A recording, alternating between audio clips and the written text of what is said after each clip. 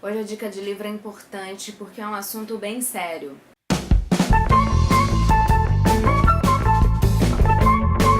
Eu queria indicar pra vocês o livro Holocausto Brasileiro, vou botar a capa dele aqui. Esse livro eu conheci, essa história toda na verdade eu conheci por conta da peça que eu tô fazendo, que é Insana Farsa do Rei Sem Trono.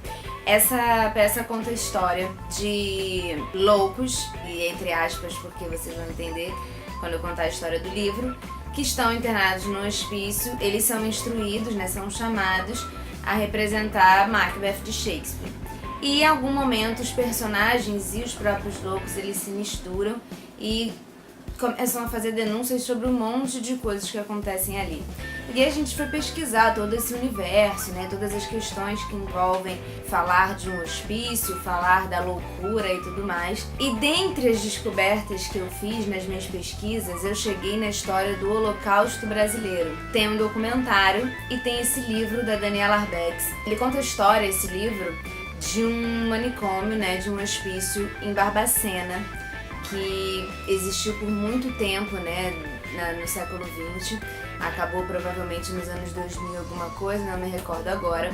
É um lugar onde se aconteciam as maiores atrocidades que vocês podem ter ideia. As pessoas eram elas eram jogadas nesse lugar sem nenhum tipo de avaliação psicológica, e mesmo aqueles que tinham alguma avaliação e possuíam algum tipo de transtorno comprovado, o tratamento era uma coisa completamente surreal, assim. A Daniela Arbex, ela conheceu essa história, ela é jornalista, ela trabalhava num jornal de Minas, não me lembro agora qual, a Tribuna, o Cruzeiro, não sei.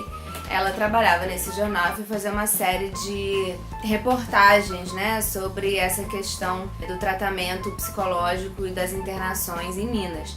E chegou em Barbacena e as histórias que ela ouviu eram atrocidades, assim, Ela conheceu pessoas que moraram lá, ela chegou a fotógrafos que fizeram reportagens por lá na década de 70, 80, onde você tem imagens, assim, muito absurdas. Você vai lendo as histórias e é muito triste, assim, porque você percebe que as pessoas, elas eram internadas por qualquer motivo.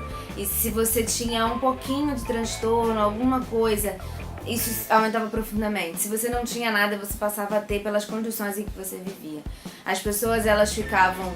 Barbacena é um frio danado, as pessoas ficavam sem roupa. Só tinha uma roupa, botou roupa pra lavar, elas tinham que ficar peladas. Elas tinham que beber água do esgoto, porque não tinha comida suficiente, o esgoto corria a céu aberto. Elas, às vezes, com tanto frio, eles cortaram as camas e botaram grama seca, assim, pra poder ter mais espaço pra receber mais pessoas. E as pessoas dormiam ali, muita gente morria de frio. 60 mil pessoas morreram nesse lugar, ao longo da história desse lugar. E eu fico chocada como eu não sabia disso e como isso é uma coisa muito pouco falada hoje em dia. Como se fosse algo que... Isso foi algo completamente esquecido. As pessoas, elas ficavam, quando estava muito frio, como você não tinha como se aquecer, elas ficavam em roda. E aí a pessoa de dentro ficava mais quentinha, daqui a pouco revezava e ia pra fora pra que todo mundo pudesse sobreviver. Às vezes ficava em montinho e quando chegava o dia seguinte sempre tinham 3 ou 4 que já tinham morrido ali embaixo. As pessoas iam parar lá por N motivos. Teve uma mulher que foi parar lá porque ela foi estuprada pelo patrão, ela tinha 14 anos e engravidou. E a família se reuniu, a família desse patrão, e falou: querida, beijos. Era um jeito de se livrar. Esse lugar era um jeito de você se livrar das pessoas. Não era um lugar de tratamento, até porque realmente, como você vai se tratar dessa forma, Tem uma moça que diz que era criança e estava fazendo molecagem na rua, não sei que tipo de molecagem, mas enfim, foi jogada lá. E vira um tipo de prisão perpétua. Aí as pessoas saem, tem pessoas hoje em dia não, na época do livro, Elas já tinham 60 e poucos anos e começaram a sair para ir para as casas, de tratamento, as casas de reabilitação, que é quando você sai desse internamento, desse claustro, e elas iam para essas casas onde eram monitoradas, mas onde tinham total liberdade. E as pessoas não sabiam como lidar, porque, caramba, as luzes não se apagam sozinhas, a gente que apaga, a gente escolhe, a gente tem domínio.